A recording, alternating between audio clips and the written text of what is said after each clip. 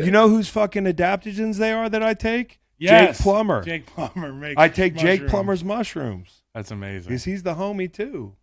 He looks great. Plummer's the He man. is the man. Plummer and Cutler and Jake are actually pretty similar. Yeah. Just So, like I remember a Christmas card from Jake Plummer a long time ago. Full beard, long hair, close up, and he had a ciggy hanging out of his mouth, and it just said "Merry fucking Christmas." It was great. I was like, "This is the best Christmas card I've ever seen."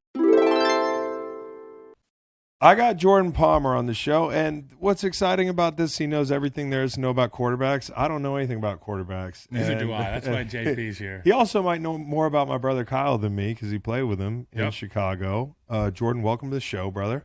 Yeah, thanks for having me. Just a minor correction. Kyle's really the one that got me on the show because I've been dying to catch up with Kyle. I do some workouts every now and then at a little place called Saddleback Junior College. Oh, yeah. I see you out a there. 40-foot banner of him up there. And so I see him quite a bit, but I haven't talked to him. Chris, we don't know each other, but I'm we a just huge met, fan of just the insane career that you had. And thanks, man. and then I'm big on the entrepreneurial media. Been a fan of everybody who's doing anything. McAfee, you guys, Kelsey brothers. I think it's fucking awesome. And then on top of that, there's just not that many sets of brothers that actually did it, got to the league. Yeah. Now I'm not putting as the younger brother, I'm not putting myself in Kyle Long's category, or Eli or any of the other great players. I was kind of like a barely there guy, but still, pretty sick to make it to the league. And so we were all there. It's a dude. unique relationship that we all share, and nobody really understands it. And and you can hang out with any set of brothers in the league and be like, I feel like I know these dudes. And I end up, when we or my brother ends up talking to another set of brothers, you just kind of talking about different shit that other people don't really get, because I mean, I'm a dad. I got 3 boys. I got a 7-year-old, a 4-year-old, and a 5-month-old. I got 3 boys. Blessed up, dude. Ooh. That's awesome. And they're just You're fighting and wrestling, and I still think wow, how cool would that be? You know what I mean? Yeah. Whatever their thing is, if they did it at the highest level. So I think that's something really cool we have in common. So Chris, I don't know you well, but I've just been watching from afar. I thought it was so amazing what you guys have done. Thanks, man. And it's good to meet you officially. And I think being brothers with another quarterback in the league is a lot less stressful than being brothers with a guy that you got to play against. Yeah. And then, the game you play against him, he decides he wants to go and get ejected, maybe. I fucking hated you when I played against you. Really? You're just a piece of shit. Jordan, at least you don't have to, actively talk shit to your brother on the field. Let it out. You guys have, 50 yards between you, sideline to sideline, whatever it is. Chris is in my face, calling stunts and twists and talking in your shit. face. It's tough. I remember he came to pull you off of whatever you did. Yeah. And I was thinking, I remember watching that game live. I remember going that might be the last guy that you actually I don't know that he's the guy that should pull him off. Kyle, I would assume, has landed more punches on Chris Long than any other human. All of them combined. Actually, he's probably. never punched me in the face. Never punched me in the face. A lot of grappling. A lot of grappling, yeah. He's younger enough than me that we were kind of in different age groups in that respect. But no, it was stressful, Kyle, and that was a weird way to say thanks for saving me $50,000. But anyways, I think it is cool. We're all part of a fraternity, man, and you're working with QBs now. That's obviously I've listened to your podcast and I've heard you on mic, but I know you do some really good work with QBs. You've been doing it for a very long time. Yeah, that's not missed on us. How long you been doing it? For so long. A decade? What was your rookie year, Kyle? 2013, dude. I remember you were into this shit when I was a wee lad. I got approached in 2012 by one of my best friends that I lost 2 years ago, Trevor Moad. I don't know if you guys ever crossed paths with Trevor Moad, performance psychologist to a lot of different teams, a lot of athletes.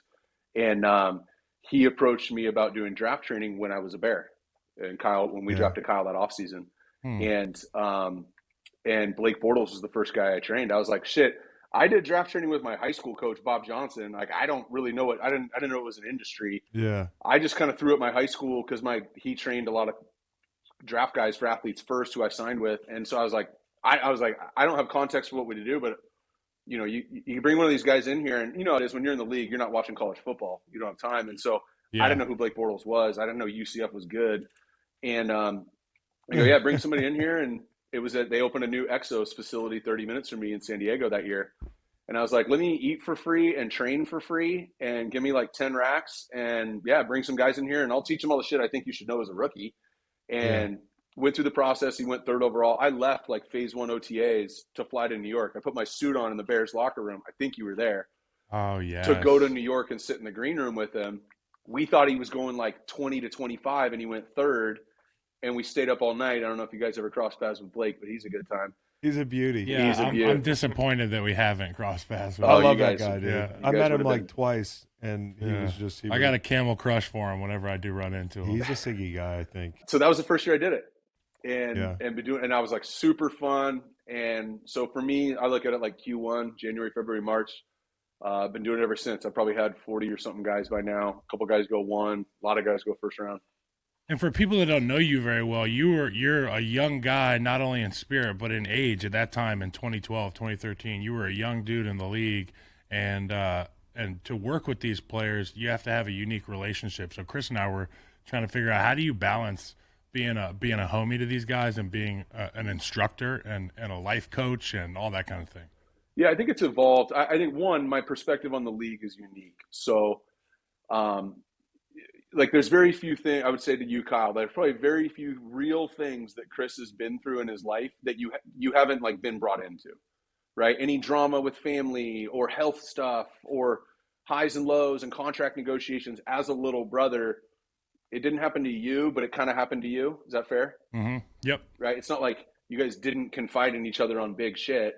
So like when he got drafted, I was like, we got drafted. Way to go, Chris. I sat in the green room next to my brother, you know?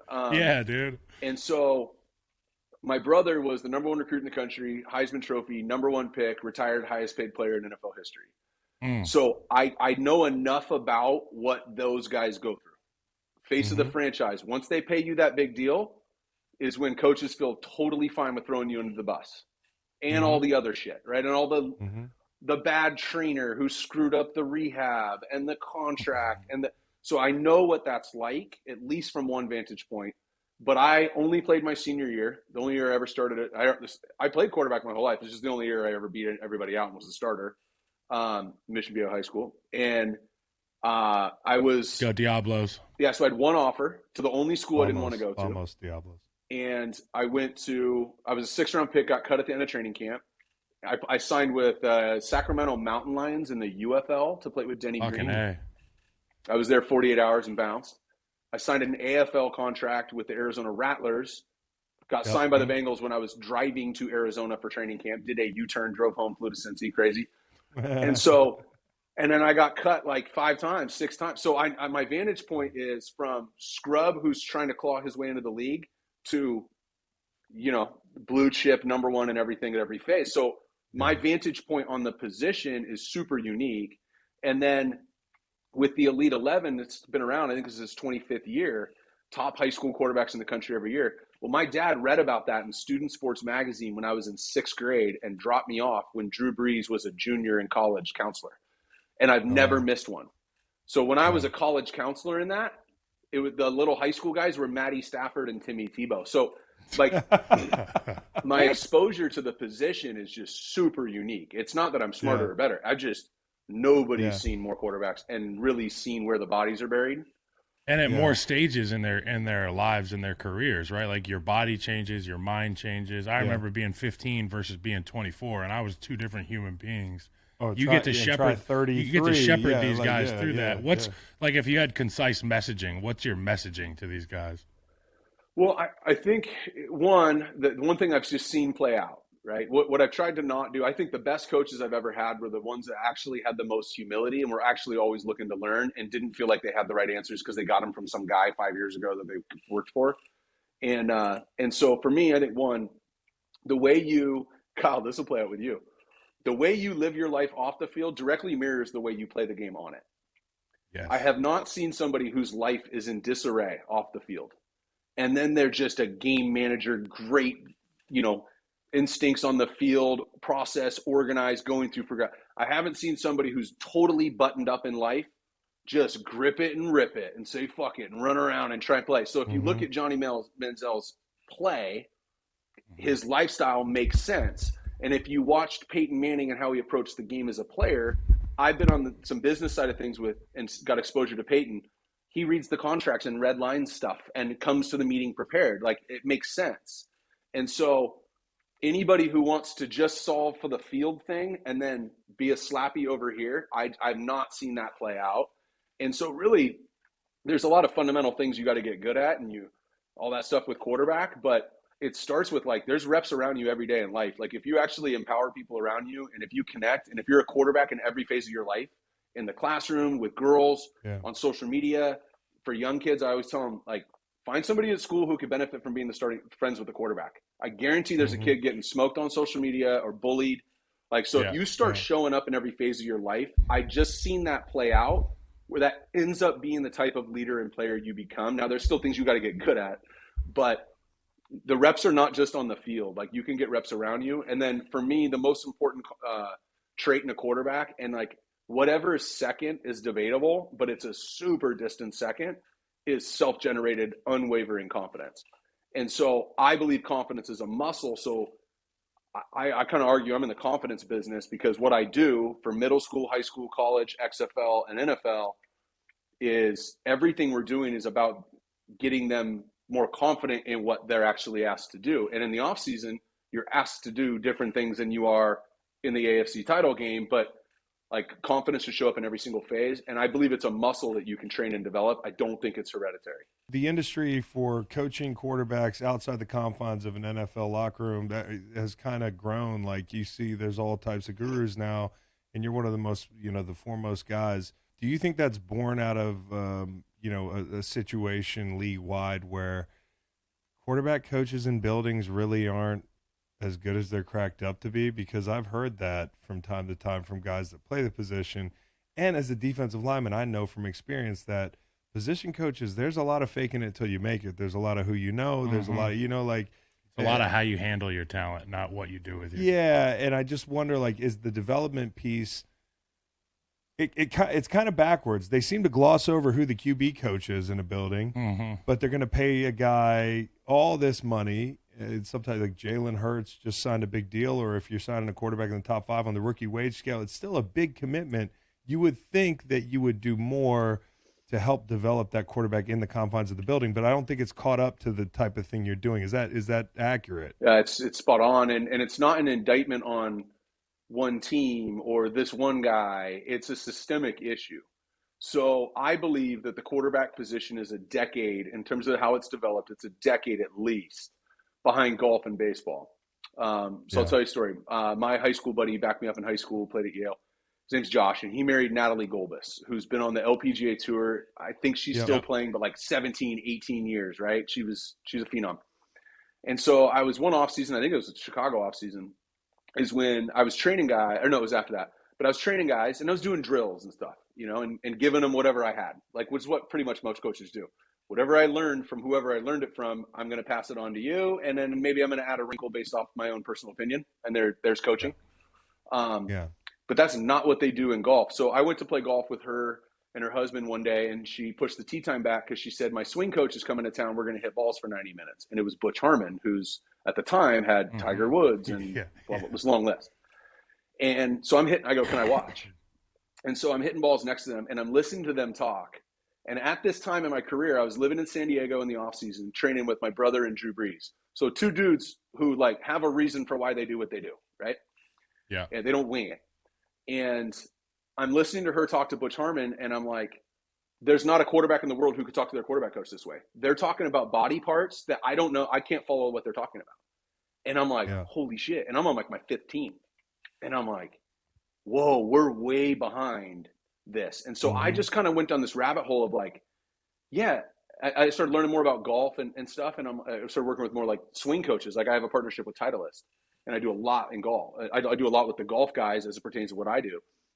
And so this guy, Greg Rose, is like the father of rotational training. So anybody who trains rotational athletes, it all comes from Greg Rose.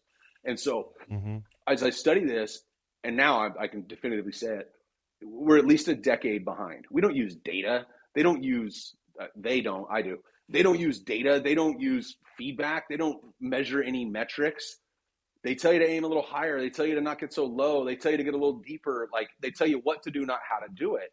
And so I feel like I don't really do, there's a lot of like QB gurus out there. I don't really do what everybody else does because my full approach, and really the last 4 years it's evolved, it's all tied back to the human body. How do we move?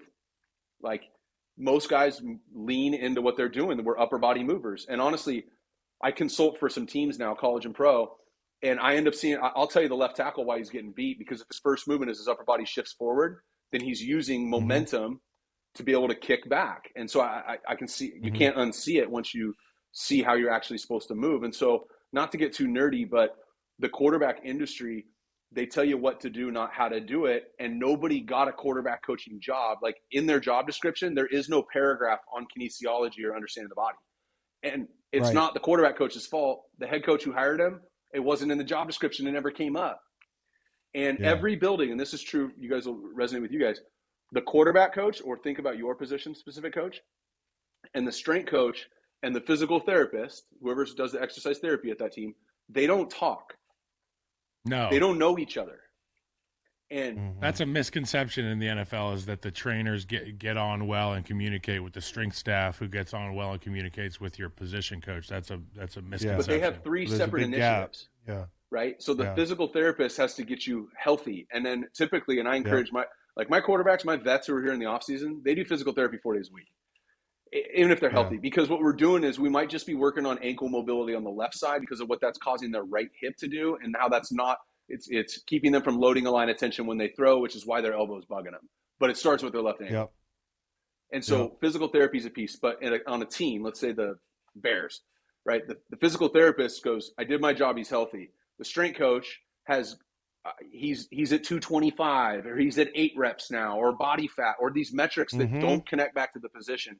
And then the quarterback coach he didn't get his job based off his understanding of the body.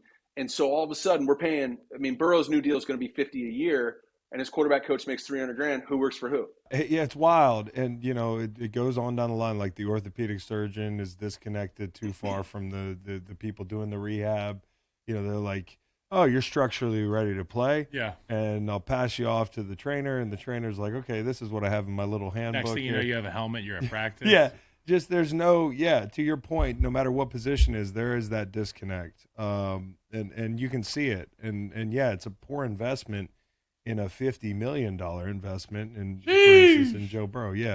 Who I hope he gets the bag, because I love that guy. Who's a quarterback in the league now that you're like, he's mechanically like the Sistine Chapel? Like, this guy's he's a textbook thrower, mover in the pocket. And then who's a guy who's really effective, but you're like, golly, I can't learn anything. I can't throw him on tape for my guys. It'd be Joe Burrow is the first one. So I've been working with Joe since his junior year in college. And what we've done is just taken momentum out of his game. So even LSU Joe, that went nuts and had the best year we've ever seen, he did not use the ground to move, and his arm's gotten, I would say, 25% more velocity. And we track it. We'll use I have a chip in the ball with Wilson. I have a partnership with Wilson. So we chip in the ball. We look at 3 data points. So one is velocity, one is spin rate, so RPMs, and velocity is just miles per hour. And then spiral efficiency, it's an algorithm and it's nerdy, but basically 100 is a perfect spiral and 1 is like a helicopter.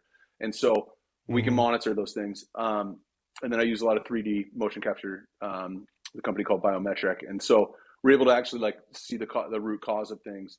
And so we just start with the body and how you move, and how we start literally from the ground up. How do you use the ground?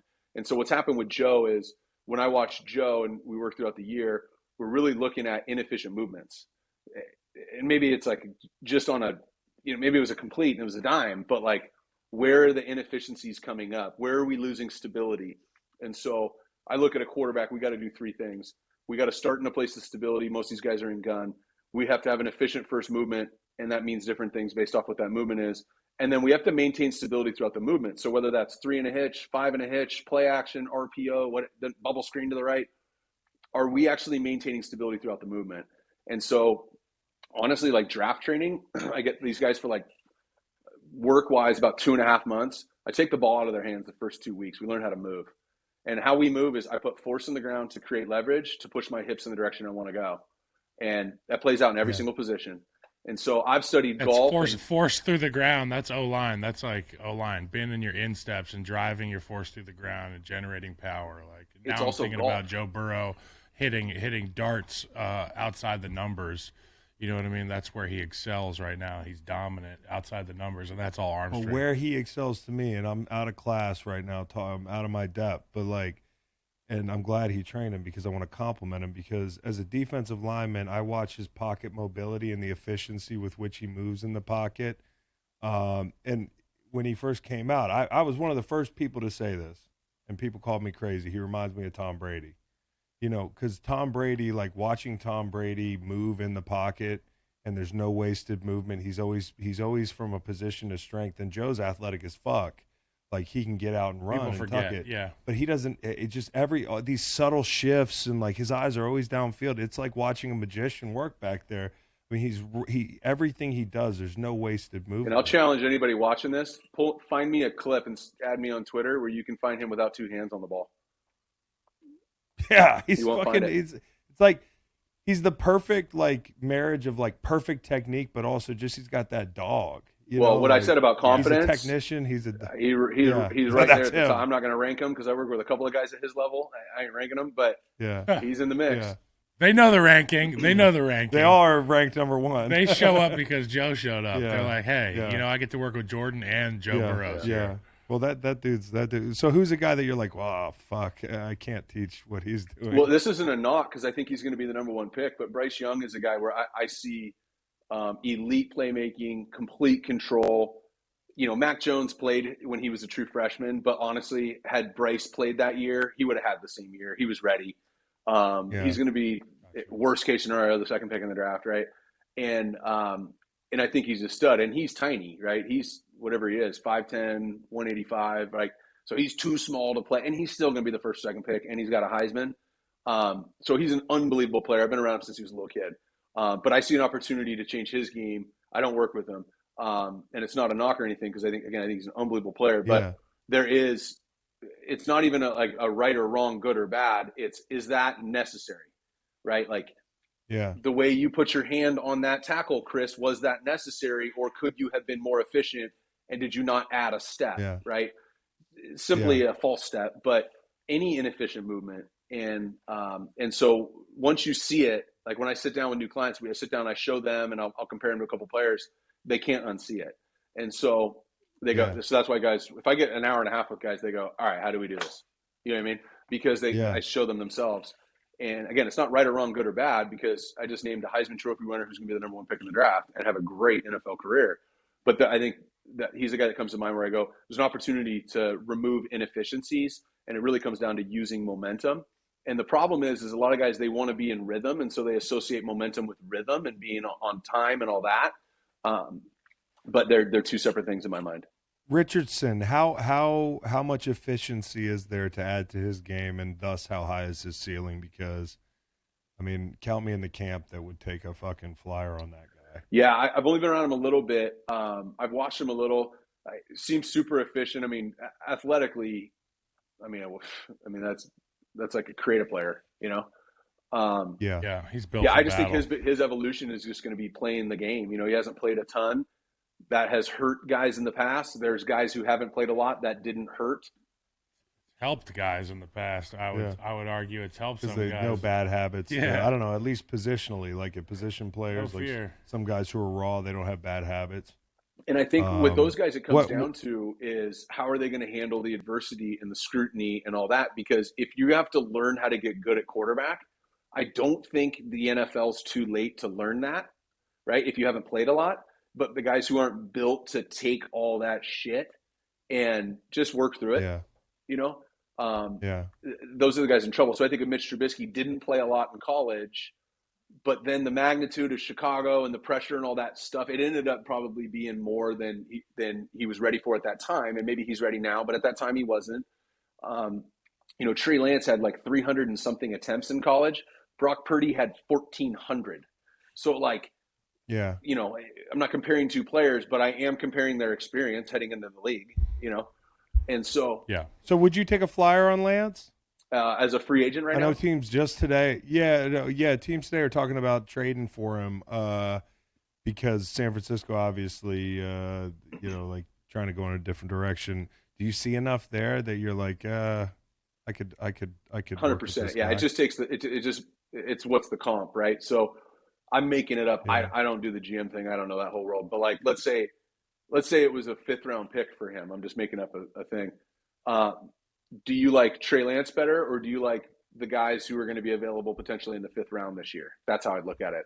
And Right. so Right. Yeah. I don't know who's going to be there in the 5th, but like, do I like him more than that with this experience and just experience of having money and being scrutinized and being a part of NFL Mm-hmm. teams and seeing how it works? But one of the things that's really valuable about Trey is not going to show up physically for him is that he's been a part of a winning organization who does things correctly, right? And the guy who's going to Yeah. start there, Sam Darnold, has not yet been a part of an organization who does things the right The right way way. and has built a winning culture. He's had Yeah. like 4 head coaches in 5 years, 5 coordinators in 5 years.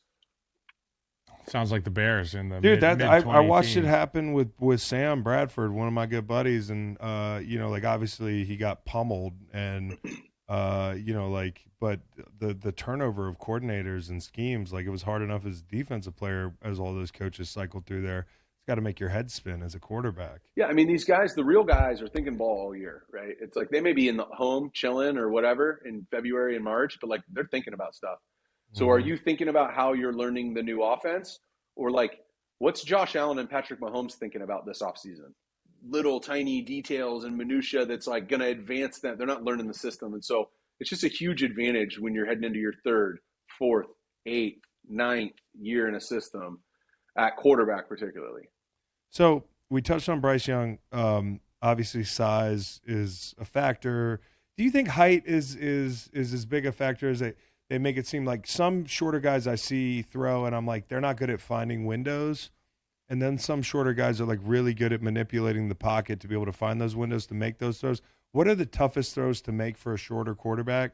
And how do you I don't know what the word would be, supplement, but how do you overcompensate for that issue? Yeah, so I think part of it is efficiency of movement. It's the subtle. We've all seen Drew Brees slide to his left a Yes. foot and get a throw off. Like it's not like he Yeah. juked a guy and landed over here and ripped one across his butt. It's the subtle movements, right? This game's played in a Yeah. 5-yard box. Some would argue a 3-yard box, and it's how efficiently can you move and get the ball out and stay on time. But I think underneath stuff, shallow crosses, check downs, it's harder to find. To be honest, I don't know what it's like to be short. I'm 6'5". I had a hard time seeing. Yeah. He's a big son of a bitch. Not a problem. Any of us have. Yeah. I mean, it's just like I don't know. short I had kings a on hard this time seeing. I podcast. played with Whitworth, and these guys are taller than me. So these DNs Yeah, are huge yeah. and long, and they jump. And so, Shit, Chase Daniels figured it out. yeah. Yeah, he does. Here's what I would take. Jeez. I would not take a short guy who doesn't have a shitload of reps in college, because Yeah, that's interesting. like Yeah. a short guy who hasn't played a whole lot, who can throw it a mile and is really fast and is really smart and has all these intangibles that you like. Have they done it in games? Like, does that play out? Brock Purdy's a perfect example. Short guy, right? 1,400 or something like it attempts in college. So you can say it's the Big 12 and it doesn't Salty. matter. I disagree because he's figured out how to find completions, at a high level, Mhm. consistently over a long period of time. That's interesting. And then the other thing with being a number one pick, obviously your team's not very good. That's how you get there. And quarterback, I feel really bad for those guys because a lot of times the cupboard's bare, the O-line's fucked up. Bryce Young, he's probably going to end up in Carolina. If you're a rookie quarterback with all that expected of you, I know you hadn't been in that situation, but in talking to your brother and like coaching these guys, what do you think is the number one thing, like, or one and two things that you need to make a guy comfortable that people might not think about? Just so he doesn't get hit into, he doesn't get shell shocked or he doesn't throw the ball 40 times a game, like things like that. What are you doing to make a quarterback comfortable schematically and then from personnel I think there's standpoint? 3 things that rookies got to be able to do on each play, and they like the checklist, so to speak, right? Like you leave the house and you're like cell phone, wallet, keys, whatever. One, you got to have a plan versus pressure, and so you break the huddle. There's a lot of things to look at, and and the more you stare at a safety, the more they move to where they're not going to end up, right? So you guys are veterans, Chris. You're one of the best to do it. on defense. And so they got to have a plan versus pressure. They got to know what their issue is. And they may install 9 protections. They're running 3, you know what I mean, in a game, right? And so, and the other ones they're going to run is some play action where they're not going to have an issue anyways. But, you know, in Chicago, or a check because of pressure. Yeah. Hoss, like that's what we're running 80% of the Let's go, game. Baby. 4 down the mic. And so, so you got to have a plan versus pressure too. You got to understand your progression. Like that's a memorization thing. That's not how good you are at football. You got to memorize that shit. And then you got to be okay with make a play. Like if it's not right back there, good things don't happen when we sit back there and pat and wait. The good stuff doesn't happen there. Put pressure on the defense. Move if you can. Move and attack the line of scrimmage. And then the overarching theme here is like it's the best year you're going to get. And Trevor Lawrence is the perfect example of this. I trained Trevor and had a lot of conversations with him about this his rookie year. This is the best reps you're going to get because there's a chance of not having a lot of success early. It's the best reps you're going to get at taking all this negative feedback and making a decision as an adult now that I actually don't give a shit about it. I'm not even going to use it as fuel, right? That's giving it power. I'm literally not going to give a shit what these people say. And Trevor just what a get back he had. It's just like it never happened. Yeah. Well, Dougie P, man, he came right on time. Not to go down the Urban Meyer road, but I felt bad for Trevor because you can't control who drafts you. I mean, the surroundings you enter could be chaos, and that's what it seemed like it was. How about Will Levis? I'm being funny, but I'm not being funny. Is he too fucking jacked? Is it possible to be too tight in the pocket? You know, like I saw the pictures of him, the transformation he made, and he looks great. He looks like he'd be Mr. Olympia. But looks like a top earner on OnlyFans right now. Yeah, people just lining up to watch him eat mayo. Just like a bunch of protein heads. All right, so what do you make of guys and like how much they need to lift, and like is there a point where you're like, this guy's a little bit too muscular? It honestly doesn't come up a lot. You know what I mean? I worked with the last 4 months with Will, so it doesn't come up a ton. Where like that's not a thing, you know what I mean? Like O-line, is he too fat? Is he too jacked? So quarterbacks aren't like, damn, this guy's getting tight. Does he have too many abs? Does our left tackle have too many abs? Because in baseball, you know, you pump the weights too hard. It's a rotational sport. Yeah, you get stiff. You get a little stiff. You know, I'm doing boxing now. Yeah, just starting. And the guy's like, hey, you know, glad you warned me. I'm like, yeah. I'm just gonna walk in the circle. But no, but like the guy's like, we might want to tamper down the weights a little bit. You know, like there's certain movements that, you know, like, and I wonder how much of that is even talked about. It doesn't sound like it is. You just, hey, creatine away, Willie. One, it's kind of how his body is, right? Like if he didn't take care of himself, he'd have veins in his arms, right? And that's not true for everybody, but it's not that he's a skinny little dude who trains like that, and that's why he's like it. He loves the weight room. He loves throwing weights around. He's a football guy. So he loves that stuff. Yeah. But it's really, everything's about loading lines of tension. How do we utilize leverage and how do we load lines of tension? And so, you know, Will, one of the things that he wanted to work on and teams wanted to see him get better at was just control of the football. And that's really layering, touch with accuracy. And I've been through that with guys, you know, Josh Allen worked with him starting in his junior year, and he's still today, and he lives down the street from me now here in the off seasons. You know, with Josh, you know, he completed 54% of his passes in college, and his first 2 years were rough. Yeah. And we had that COVID off season where for 8 months there was no off season, and so me, him, and Sam Darnold and Kyle Allen were finding random parks to throw at because everything was shut down, and he was able to just like kind of find a breakthrough and really find his stroke. And there's a lot of contributing factors to that. But it was a metric of time because he had a fast fastball, and so he threw his fastball as many times as he could. And when you get to the league, I would say that's Josh's third most utilized throw is the fastball. He layers and touches more than anything, and that's what he, you know, it's like a golfer. Like when we're shitty at golf and we golf in the 90s, we just care about getting off the tee box, shape right? shots but like, a little you bit. want to go get your card. This game's inside of 150 yards, and so. You know, Josh's favorite club went from a driver to a 3-wood to a 7-iron to like now it's like, you know, his 8-iron and his wedges game is money. And so with Will, it's just loading lines of tension and how we use leverage. And so whether somebody's tight or somebody's sloppy or somebody's weak, I've had some weak guys. I would much rather have Will Levis than somebody who is not really connected or weak, or just kind of sloppy and doesn't really manage that side of it. So I don't see it as a problem.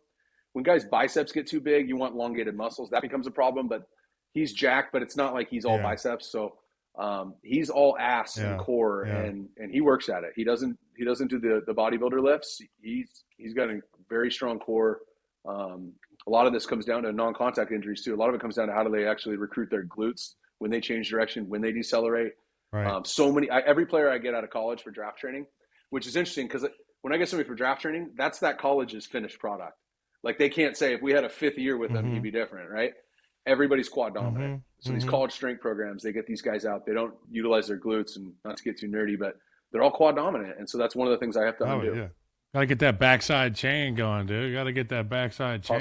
Posterior. Can't shoot a cannon. You can't shoot a cannon out of a canoe. That's what they say. Is that what they say? Yeah, bro. That's why you train your back and your lats. I wanted to ask you about Mac Jones and Bill O'Brien, and if you think that marriage is going to work out. Do you think that that's enough to make Mac happy? Because I got to be honest, it's easy to be like this petulant little child. Like people don't like his facial expressions or that. I don't like when he kicks people, kicking people, cuts people. And, yeah, well, that's a Brady thing too now. So I don't want to hear all that. Brady's the GOAT. So Brady's the GOAT of slide tackling. Dating supermodels, bro. Well, yeah, but here's my question: is this do you blame Mac for being pissed off about last year, and do you think that Bill O'Brien's going to fix things and be a good fit? I do not blame Mac, and I think that Billy O.B. is going to totally fix it. And it's not so much about – I don't think it has a whole lot to do with Mac. I mean, they asked a defensive coordinator to be the offensive coordinator, but not really to be the offensive coordinator. We're not going to give him a title. I don't want to get too into I got guys at different teams. So the O-line coach situation's baffling too. And so it was one of those, not to like who said what, but like there was a lot of uncertainty in the Patriots the whole offseason of who was doing what and how was it doing. And if that wasn't Bill Belichick as the head coach, there would have been a lot more questioning going on, right? No he gets a long leash, right? Yeah. But they were – I got guys on all the other three AFC East teams that were like, dude, these guys are so predictable. It was a bad offense. And Bill O'Brien is one of the better football minds in football. People don't realize, like, when he was in Houston, he was the head coach and the GM and the offensive coordinator and Deshaun Watson came into that league and didn't have a bad game for 5 years. You know what I mean? As a rookie. And so and Mac has had success with him. He had success at Bama with Billy O.B. And so I think it's going to be exactly what Mac wanted. I don't think he's a petulant child. I saw everything I needed to see on Mac Jones when he, as a rookie, Tom Brady and the Tampa Bay Buccaneers come into Foxborough, mega moment, that was big. Sunday night game, and he went toe-to-toe. Yeah. And Brady won the game, and, they ran out of time. And Max, I remember they cut to Mac on the sideline if they – whether missed the field goal or got a third down stop, the other quarterback's like warming up in case they get that last drive. And you could see it in Mac's face, like, we're going to go down and I'm going to beat Tom Brady. Yeah. And I after that night, I was like, I'm good. I don't care about stats. They got their guy. They just need to build it around him. And then I think it was a bunch of poor decisions last year and some reaches. Yeah. And so right the ship, bring in Billy O. And I think New England's going to be really good. I don't know the receivers and all that stuff, but I think they're going to run a good, efficient offense. They're not going to be predictable. And Mac is accurate and knows how to get the ball out of his hands. Yeah, I like Mac Jones. I actually think he's going to be I still think he's good. It's funny, like the him and Tua kind of like Bama guys, and then, comparing those two. And it was like the first year, Mac had the better setup. Tua had kind of a coach that didn't fuck with him. Then Tua had a coach that fucked with him and a ton of weapons. Then Mac had a DC and a special teams guy telling him where to throw the football. Yeah. And it's just been like they've been on different planes. And hopefully next year you get to see both those players in the AFC East with loaded cupboards, or at least closer to that with Mac. And you get to really, actually this have league is amazing how there's so many factors that go into your success or failure. No question. Also how each division changes every year. So think about this. Going into last year, the NFC West was the best. You had the Rams coming off a Super Bowl. You got Kyler Murray, and Yeah. Cardinals are supposed to be really good, Mm-hmm. right? Seattle was the one where we're not really sure, and San Fran was the number 1 or number 2 seed, right? Mm-hmm. And so they got Jimmy G going into the year and all that stuff, right? This year, it's San Fran, and the Rams are terrible. Like Arizona's the 32nd best situation in the league right now. Seattle's in a rebuild, and now look at the AFC East. Mm-hmm. Miami is loaded. Loaded. New England is New England. They have to have 5 bad years before I stop saying Yeah, that they exactly. don't have a chance. Exactly. Right? The Bills are the Bills, and the Jets are getting Aaron Rodgers and Yeah. loading up at Whiteout. Yeah. Are they though? They will. The AFC East is now the best division of football. It's crazy. No, it is the ebbs and flows, man. And in division, it's like an arms race. Like oftentimes with position players, like this guy's giving us trouble. Like George Kittle arrives in the NFC West. You got Steve Keim drafting like Isaiah Simmons. You've got all these chess moves, for guys that you got to see twice a year that are interesting, and it dictates personnel sometimes. So Will Levis puts the core in quarterback. I want to talk to you about other quarterbacks that train pretty hard. A guy that we cross paths with, Jay Cutler in Chicago. Yeah. He lifted his ass off in Chicago, and more often than not led the strength Well, that's a really session. Interesting juxtaposition to the guy ripping heaters, And I was going to ask earlier, the one guy that maybe the best quarterback of all time that lived like the people he was describing that usually can't take it to the field. If you're doing X in your personal life, you're doing, Jay Cutler was in the streets, man. He was just a regular. I think he was probably in the streets because he was trying to get Brandon Marshall to come home. Was he? I just felt like Jay lived his life irregularly relative to a normal quarterback, and that's why he's a really interesting case. Led a full life. The stories you told me about him, pretty interesting. He was an interesting dude. I've hung out with him too. Yeah, seriously. I've hung out with him. He guy's fucking handsome devil guy. Had last time I saw him was in New Orleans. He had like a pea coat on. He looked like an actor. He's Why don't people understand Jay Cutler? Yeah, how do we understand Jay Cutler? Jay was never interested in people understanding him. There you go. That's it. So I met Jay. We were counselors at the Elite 11 when he was a senior and I was a junior in college.